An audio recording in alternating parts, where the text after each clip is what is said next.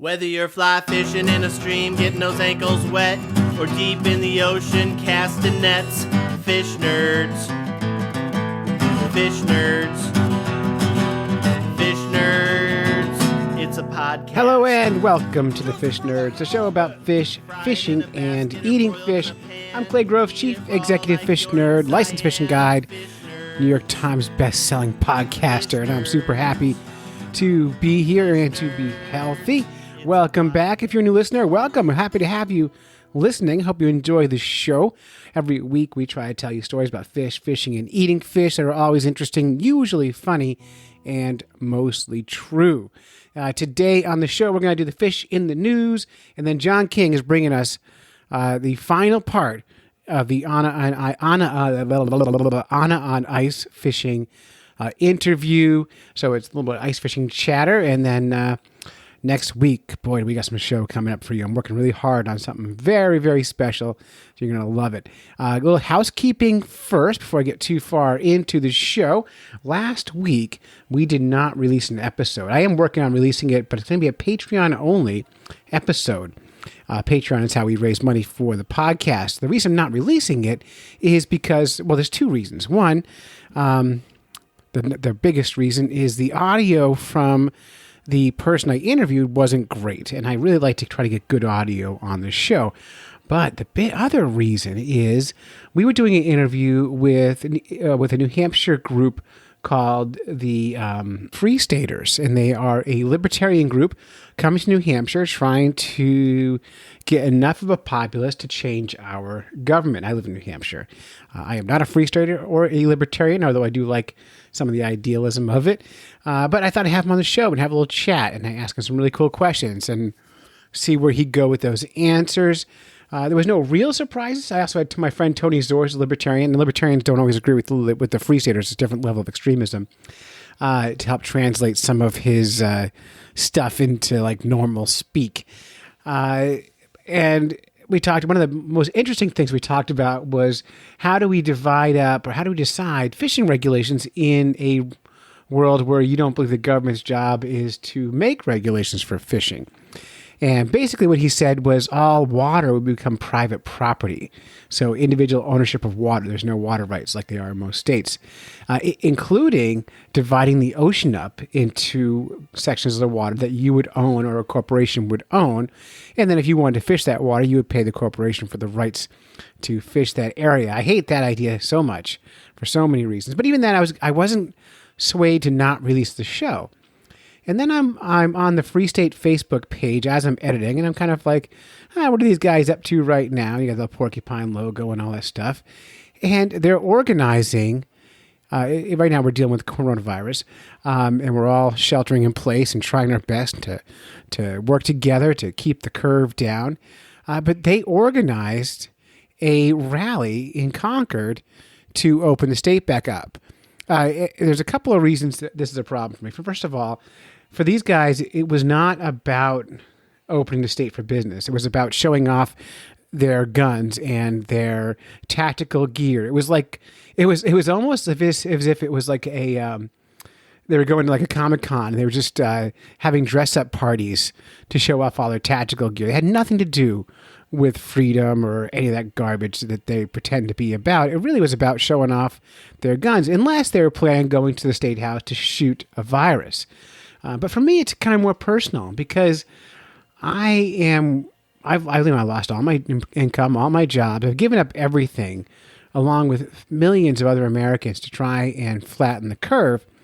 And when people get together and protest a disease is not fascism, a disease is not tyranny,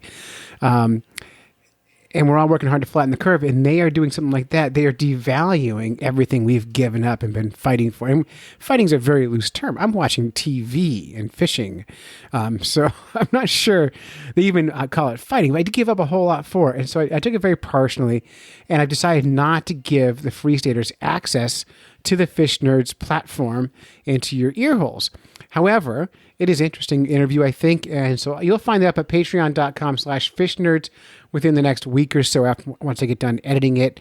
If you're not already donating on Patreon, we'd love to see you over there.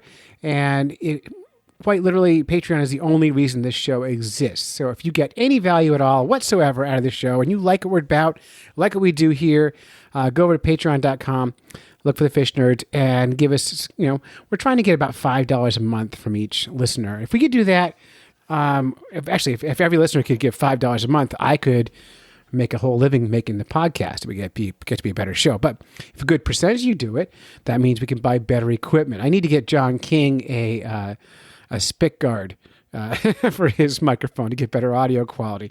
I need to get the amazing James a better microphone. I need to get Doc Martin whatever it is she needs to keep making stuff for us, because I just love her so much. But the idea is to just make the show better and better for you and to keep it going. So anyway, that's kind of the housekeeping of why no show came out last week. I got really angry at the Free Staters, and I got in a real FU moment with it and did not release. So my apologies. If you are a libertarian or a Free Stater and you love our show, we still love you. We're still glad you're listening. I have no problem with libertarians or Free Staters for that matter. Just that one little thing. We disagree on a lot of stuff, but like when you hurt other people, it's not okay. And I think that's kind of the difference, because they can hurt other people. I'm a high-risk person. I have one lung. I cannot get this virus. So help flatten the curve. Keep doing the right thing. And we're going to get on with the show now with some fish in the news, because everybody loves the fish in the news. Let me get that right up here for you. News, fish in the news. Everybody loves their fish in the news. All right, first one comes from The Stitch. No, comes from WYFF Channel 4. This is breaking news. It's from California. The headline, Lost Fish Becomes Viral, a viral laugh in California neighborhood. It's a picture of a fish on a bulletin board. Response named Charlie, don't chase him, he may act aggressive. When sixth grader Emil Lev Twombly made the fake fish pet poster for laughs, he did not expect to go viral in his neighborhood in Carmichael, California. The student, who is social distancing with his family due to the coronavirus pandemic, was inspired by his own boredom to create an amusing poster for his fake pet, Charlie the fish. And it reads, response, Charlie, do not chase, may act aggressive, $50 reward. And actually, it's a really funny little poster. And it makes me kind of wonder, during the pandemic, what are you doing to entertain yourself? I'd love to, if you head over to Fish Nerds podcast on the group on Facebook, share your videos of your silliness. The other day, my daughter Sammy and I decided to turn our treadmill into a video game. So I had her lay on her belly with her mouth open, and I dropped jelly beans on it and had her catching the jelly beans. And I thought that was tremendous fun. I'd love to see what you are up to during the pandemic and how you guys are entertaining yourselves. From seafoodsource.com, COVID-19 coincides with fight against deadly fish disease. The outbreak of COVID-19 pandemic has found that the Democratic Republic of Congo, the DRC, in the middle of attempting to avert the spread of a separate outbreak called the episodic ulcerative syndrome caused by an infection among wild fish caught on the streams and rivers in the country's Equator province. By the time the first COVID case was confirmed in DRC on Monday, March 10th, the country, which is also battling increasing Ebola cases, had a resurgence in security perpetuated by a militia group in some provinces. It was nearly 5 years behind schedule in the implementation of the recommendation by the FDA, and because of the prolonged heightened political activity, it led to many, many more national infections. So basically, the Congo is already in so much trouble already anyway, socioeconomically, war-torn country, and now they've got several pandemics happening at one time. You think you got it bad over here, and you're scared over here. God, imagine being in the Congo. The International Emergency Fish Disease Investigation Mission on a suspected outbreak of UEUS was launched in 2015 to probe the cause of disease and poor quality fish in Libala Loco in the Mongola rivers in the DRC's Equator province, where seafood is a key source of food. Between the 13th and 19th of March, the FAO team visited the affected fishing areas conducted field investigations and laboratory tests and confirmed a widespread presence of this disease, which may have been triggered by the presence of a low water pH that favors this infection. The seasonal flooding cycles causing migratory fish into swampy areas promotes the seasonal outbreaks of this disease. So, man, they're fighting this fish disease, which comes from their food. They're fighting disease from respiration and war. Just kind of gives us some perspective of where we live and how lucky we are.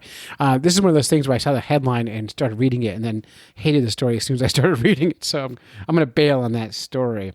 Yeah, this is more important and bigger news than you've dealt with all. And this is coronavirus news again. This is from Channel 14 news in Spain. And the headline is, man busted for taking his fish on a walk during the pandemic. In Logroño, Spain, sometimes people get a bit stir crazy in the middle of a coronavirus lockdown. The unidentified man in northern Spain was busted this week for taking his fish on a walk in his bowl. He appeared to be trying to take advantage of the rule allowing pet owners to leave their homes so that their pets can relieve themselves. The national police tweeted a picture of the fishy suspect with his finned friend sitting in a bowl on a bench. Spain is under a state of emergency, greatly limiting when residents can leave their homes. Last month, police in Murcia caught a man in a T-Rex costume roaming the city streets. The department posted a video of the encounter to the theme Jurassic Park. During the state of emergency alert, pets are allowed to walk accompanied by a person, always with short walks to relieve themselves. Their tweet said, having a T-Rex is not covered. It's important news here. The video ends with the words, quedate en casa, or stay home. Quedate. I don't speak Spanish. The man in the T-Rex costume is seen sulking down the street, presumably on his way back to his home. So, again, we got it pretty good in this country. Some countries are really taking this seriously, and they're locking down, and they're limiting how much you can buy your house at all.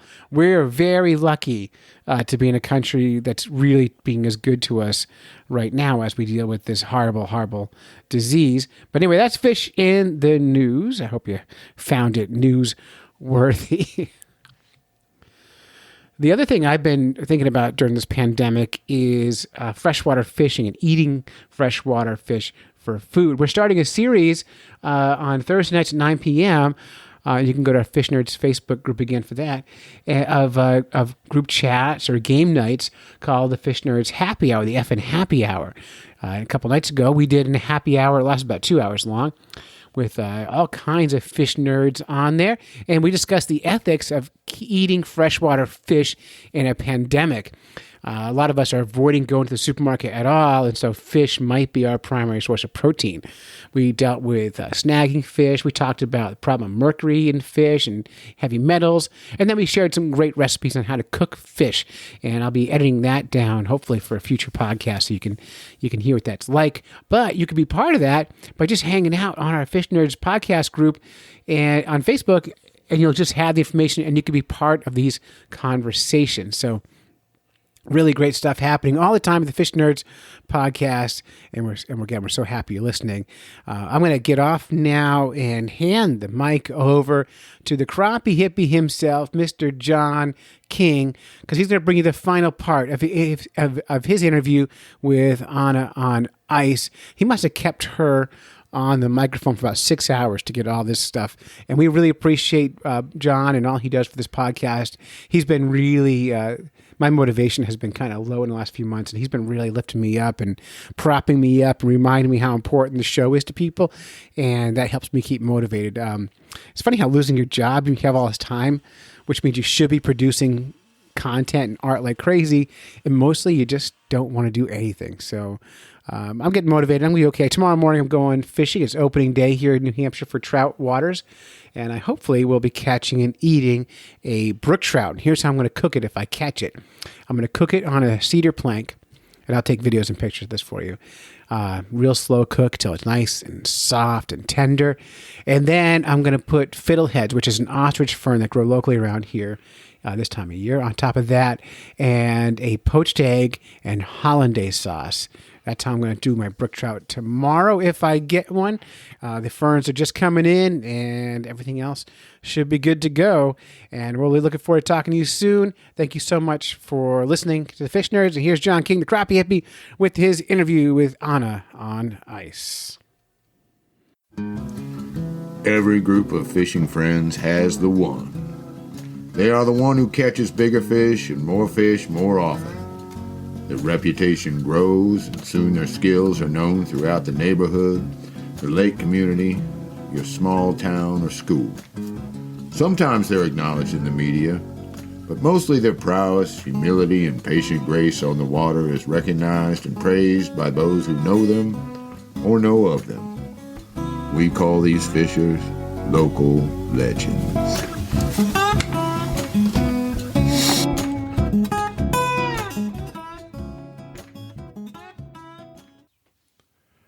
Thank you very much for that intro from our in-house blues guy, Isaiah Beardstubble Medlock. You can get Isaiah's latest record, I Was Blind, Then I Opened My Eyes and Realized I Was Driving a Car, on WTF Records. And now, part 3 of the Fish Nerds interview with Anna Lesishin. Anna on Ice, it's all about the fishing. So let's talk about fishing, okay? I couldn't agree more. Hey, this is Crappie Hippie, your tree-hugging redneck from eastern Kansas, and let's get on with this third part of the interview with Anna Lesishin. Yeah, I mean, they're goofy. They're just goofy, kind of lovable, lovable, snaky little fish, so... Hey, now that's my buddy Anna on Ice. This young lady is everything you'd ever want in a fishing buddy.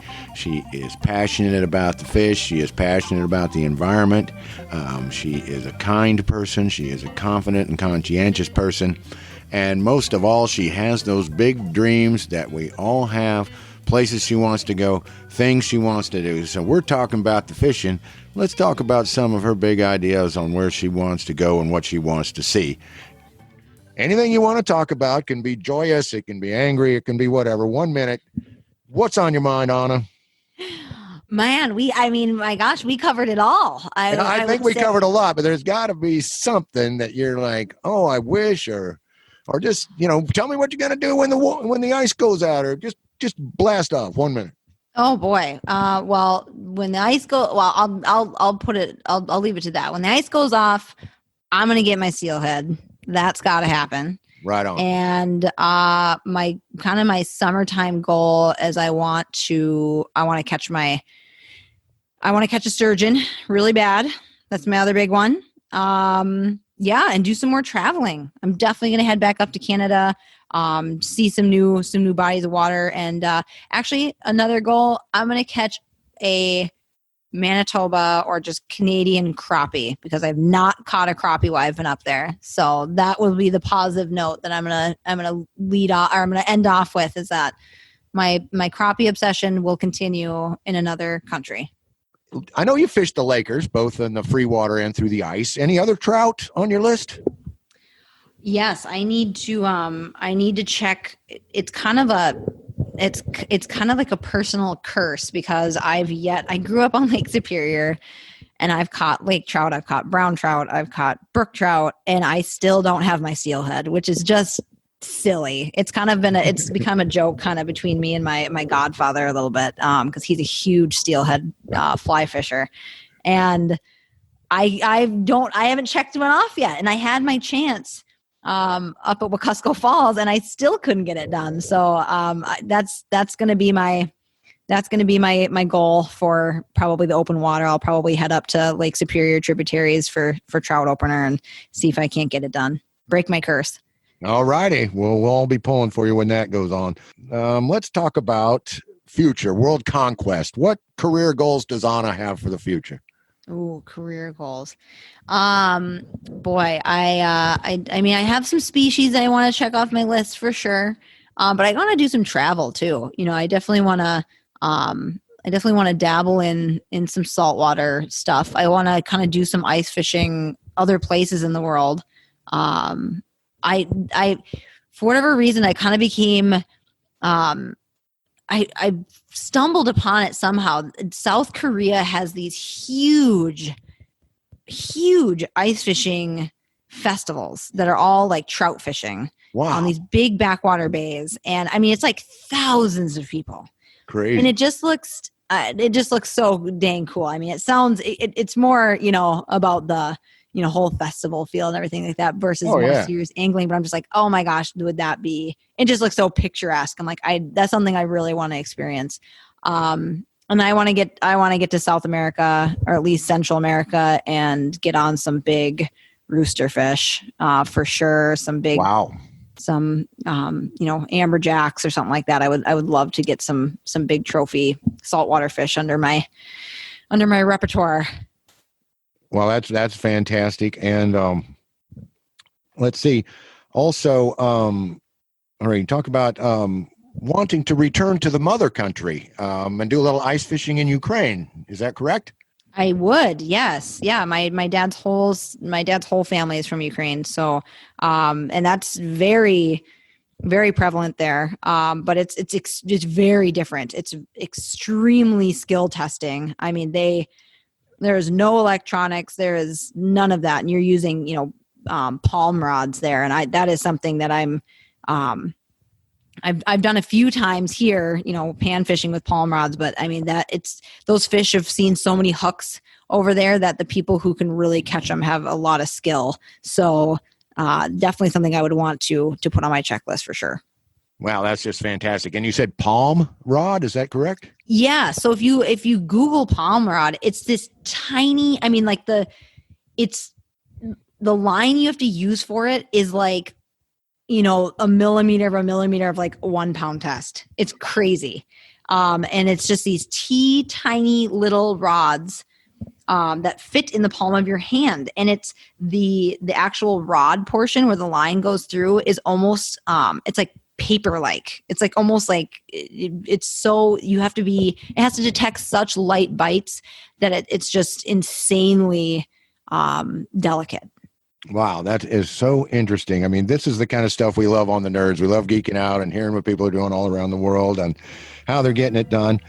I just found Anna to be a wonderful, wonderful conversationalist, a very active mind, and very ready to share her dreams. And that dream of going to the Ukraine and trying the fishing there was a particular interest to me because it sounded like extreme ice fishing, which I have heard a lot about. And so this next segment, let's hear about how Anna gets extreme. Extreme ice fishing. I heard about this on Women's Angling and Adventure. 60, 70 inches of ice just to fish a 2 or 3 foot water layer below. I've heard of you out in 60 below weather and so on. Talk to people like me that are just, my wife is like, she's crazy. They're crazy.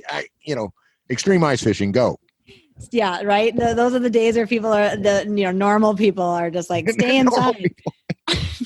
Yeah, I mean, I would say when it comes to extremes, I've gotten to the point now. There's no temperature that'll stop me. It might stop my gear, to some capacity, but I'll do whatever I can to prevent that from inhibiting me. But I mean, yeah, especially up north in Canada, I mean, mid to late season, we're using double auger extensions. And, for me, that means a step ladder to drill a hole. But, and Lake Winnipeg's a great example just because, I mean, that lake is not really deep. So, I mean, the ice will thicken up real quick on bodies waters like that. So, yeah, you'll see plenty of people that have double extensions and whatnot come late season. But I mean, yeah, it's the passion for ice fishing in its truest form, I guess, is if you're willing to get out there and risk your life and safety. I mean, not life risking, but you're getting out there and just getting after it despite whatever the weather throws at you. My buddy Clay and Vinny and these guys, they do another extreme ice fishing thing. And I don't know if you've ever done this, but they do it the other direction. They go out and do a thin ice fishing deal where they go out on an inch or two of ice, but they're only over a foot or two of water. And I guess in New Hampshire, when the fishing game goes to release the brood fish that are too old or not producing or whatever, they do it right before ice on. And they go out there and they, they'll go through every now and then, but it's their extreme fishing. You really got to watch what you're doing. But apparently these stalkers, these what they call them tank scrubbers, just swim around the edge, hunting food. They've been in captivity so long they really don't have any wild behavior. So you show up and risk life and limb. Have you ever heard of that? I never had till I met these guys. I haven't. No, I'm the fact that they're on such thin ice, but at least, I mean, if that's shallow, that's sounds interesting. I'd love to see the video of that. Yeah. I mean, definitely seeing if all my childish dreams come true. We'll all meet up there during that prime 2 weeks, because it's that early on first ice thrill, that they go out and do. And it looks so fun. I brought Clay when I came up to see him. I brought him some jigs, and he took I tied him up a mop jig for trout fishing, and he caught, I don't know how many beautiful brookies on it until he said he had 6 or 7 pounds that took it away from him. So, wow. I'd love to see some recording of that. That sounds interesting. Well, he if you get on, Fish Nerds, he has an IG, and he did and on my Glasswater angling feed that I put the little movie, because he just took and put his cell phone over the hole, and you'll watch 4 or 5 trout come in and take a swing and a miss at that jig. I mean, they're just going shoo shoo shoo. Yeah, it's pretty cool. So anyway, extreme ice fishing that we're going to get together and try either together or separately one of these days. I like it. All righty, that was a fun conversation, and it's really cool that I could introduce her to some extreme ice fishing that my friends do that she'd never heard of before. And I also know that she has friends in New Hampshire, so even if I can't make it, I'm confident that Clay and the crew will take her out for some extreme brookie fishing if she's up there and they get that sort of opportunity. Okay, now we're going to do a few species here real quick. We're going to talk about pike fishing, we're going to talk about burbot fishing, and then we're going to talk about her first love and mine, the king of the panfish, crappie fishing. Okay, pike, traps, jigging, spearing, any and all, or one preferred, or how do we do it? Oh boy. You know what? I love tip ups. I've been a tip up connoisseur for a long time. And I don't know. There's just something about, I don't know if it's just from being a kid and, the whole flag and you're running and it's exercise and it's, this total just, chaos that can ensue. But I love big pike on tip ups, and, and especially if you get a bonus, walleye on there too, who can complain about that? Not me. My favorite though is, or I should say what kind of took the pike fishing to a next degree was this summer going up to, not too far from Wekusko Falls. I went to Baker's Narrow Lodge, up on Lake Athapapiscow, say that 10 times fast. My gosh, that pike fishery is just unbelievable. You can just park a boat in a little backwater bay and you can actually sight fish 40-inch pike left and right. It's just insane. Just crazy. Baker's. Okay, we're going to listen. I'm keeping that one in mind and going to get in on the list. Okay, I want to talk about burbot because it's a love-hate thing. I hear that people throw them out on the ice and do all kinds of evil things to them because I don't know why. They're a native fish, if I do believe. I saw that you nailed some nice ones up there at Wekusko. How do you feel about burbot? Have you ever had one? How do you catch them? Talk about burbot for us. I have a special place in my heart for burbot, actually. I don't even think they should be a rough, or what, I've heard inklings that they're going to stop classifying them as a rough fish now because now more people are targeting them as a sport fish. And, I don't know. They're just kind of goofy. In my mind, they're like this snake, they're like this snake mud puppy-esque fish that has, a bass mouth. Right. And they're just kind of goofy in their own little characteristics. And when you're ice fishing them, which is, the most common time that you catch them. I rarely ever catch a burbot in open water season, but they come up the hole first, or they come up the whole tail first, which is just hilarious. Okay. And when you do choose to eat to selectively harvest them. They are tastier than tasty. Up north, we call them poor man's lobster, because if you fry them upright in some bacon fat, holy moly, it's just delicious. Well, that's what I hear from a lot of people. I mean, there are some people that say, "Oh no, they're garbage," but I don't. I think once again, we're talking about couch commentary there. They are directly related to cod, so it doesn't, surprise me. But I want to try one. I want to catch one. Clay is totally into catching them and eating them. They're not nearly as prevalent there in New Hampshire as where you're at. I know that you can trap fish them at night. You can also artificial lure fish for them at night. But you seem to catch plenty during the day as well. Yeah, it's there's some lakes that just have higher populations. Okay. In central Minnesota, we have whole festivals that are called, the Burbot Eel Pelt Fest, and so some lakes just have a higher concentration. And yes, they're primarily nocturnal. I would say the when I catch a lot of them, it's at night. They love stinky, dead minnows, and they love anything that glows. So, if we're intentionally targeting them, we use we'll use bigger spoons that are all glowed up, and we'll put, just like a dead minnow on it and just almost lay it on the bottom. And 9 times out of 10, you'll catch a burbot.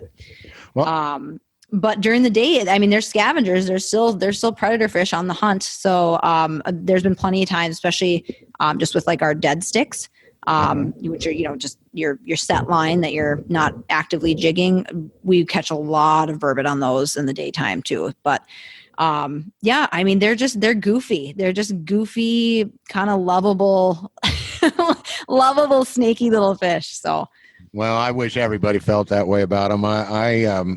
Clay likes to use a real heavy jig and let it boom onto the bottom, let it drop back, and it put my lure designer mind to thinking about what I could do with a kind of a spinner arrangement to get a whole bunch of thump going on and bring them towards you, maybe with some little bait trailing off the hook there. We're gonna have to get up there and research this one of these times on, and I'm going to put you on to helping me with that project here. Yeah, you might have to schedule a trip for a little research and development. That's right, R&D, pure business all the way. It's somebody's got to do it. You love crappie, I love crappie. Let's talk about those crappies. That was your first love, and you said your deepest love as well. Oh my gosh. Yeah. That was the, I did a post about that, and I remember and you commented on it because you are the crappie hippie, and I've been deemed the crappie queen by others. So we get it. We get it. But that was, I would say, for lack of a better term, of the gateway drug fish for me, in angling period. When I talked about the little resort I'd go to with my family, it was a just outstanding crappie fishery. Just one of those hidden gems in central Minnesota, just gin clear water. And I could lay on the dock as a kid with my Snoopy pole and just catch crappie after crappie after crappie off the deep water dock. And I mean, as corny as it sounds, I was hooked. So they started the addiction. That cliche is always fine around me. What is it that you love? I'll tell you what I love about crappie. You tell me what you love most about crappie fishing. I love their versatility, because they're almost, or maybe I should say their temperamentalness, especially through the ice. I think it's just comical about how I can go to a body of water and fish it 2 days in a row in the same spot. And one day, I can have crappies just slamming or T-boning, slab wraps. And then the very next day, they'll barely nibble they'll breathe in like a hair jig and spit it back out before you even know what's happened. So I think I have a little bit of a respect for them in that sense, because they can just be total predator fish 1 minute, and then this light biting finicky fish the next. So I just have that appreciation for them. I'm totally on board with that. People, crappie, easy to catch. I was like, oh yeah, you go out in the middle, on 100-degree day, you tell me how easy they are to catch. My thing is, I love them because of the finesse. I love a big blow up on a bass plug on the surface or this, that. But when you got a fish, to where you can develop a skill to where you just lose contact with that jig just for a second. And you hone to where your arm just goes up when that happens, or that line just move to the side, just a little bit. Mm-hmm. You're teaching someone to crappie fish and they're like, I don't get it. It's like, watch your line. But that's my favorite part, the finesse, the fact that they are not showy, and the fact that they are not a big, loud, fat fish like a largemouth. And largemouth anglers, don't come down on me. I love Billy Bass. I fish for Billy Bass all the time. But crappie's my love, and it's the finesse that puts him up there number one. Yeah, they definitely they'll test your skills and your knowledge. Yes, they will test you. They will test your library of cuss words as well. Yes, that too. Okay, that was a lot of fun, and I tell you, the description of Burbot that she gave sounded very, very familiar to me. Goofy, lovable, likes loud glowing objects, likes things that stink. Big mouth mud puppy. This is more like my wife describing me to a group of people that we don't really know very well. And in bringing up the thought of my lovely wife and our relationship, I wanted to go out on a bit of a limb and get personal with Anna and ask her if she planned on doing any fishing at Relationship Lake anytime in the near future. What about family goals? I know you have a boyfriend, or at least you've told me you have a boyfriend. I know he doesn't show up in your media, but where do you picture Anna being, family goals? Or what does that look like?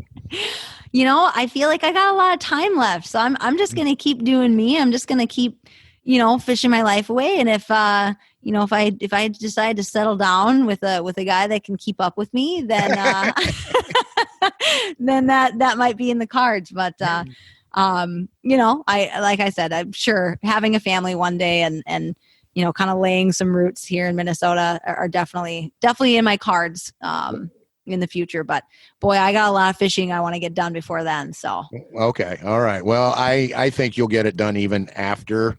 I just keep having this strange mental picture of you going into labor on the ice. And Nicole's screaming, "Come on, Anna, come on!" And you're like, "Fish on flasher, fish on flasher." Yeah.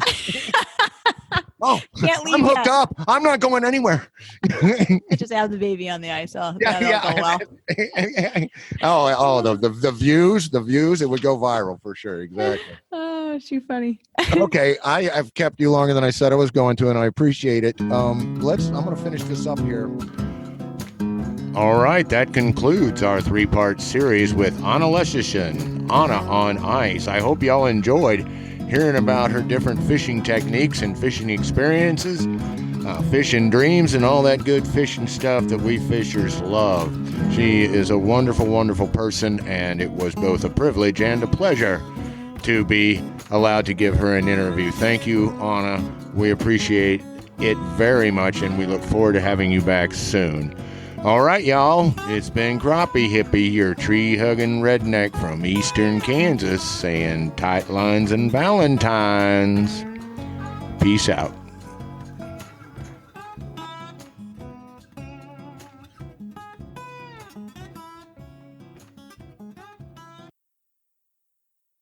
Well, you've listened to a couple of fish nerds when you could have been out fishing. We'd like to thank our friends and family for putting up with us and all the fish nerdy stuff that we do. And remember the code of the fish nerds. Spawn early and often. Never take a free lunch with strings attached. And swim against the current every chance you get. Woo-hoo! You just made a podcast with the fish nerds, Anna. Thank you very much. Thank you, John. Whether you're fly fishing in a stream, getting those ankles wet, or deep in the ocean, casting nets, fish nerds. Fish nerds. Fish nerds. It's a podcast. Just for the halibut. Fried in a basket or broiled in a pan. Eat it raw like you're in Siam. Fish nerds. Fish nerds. It's a podcast.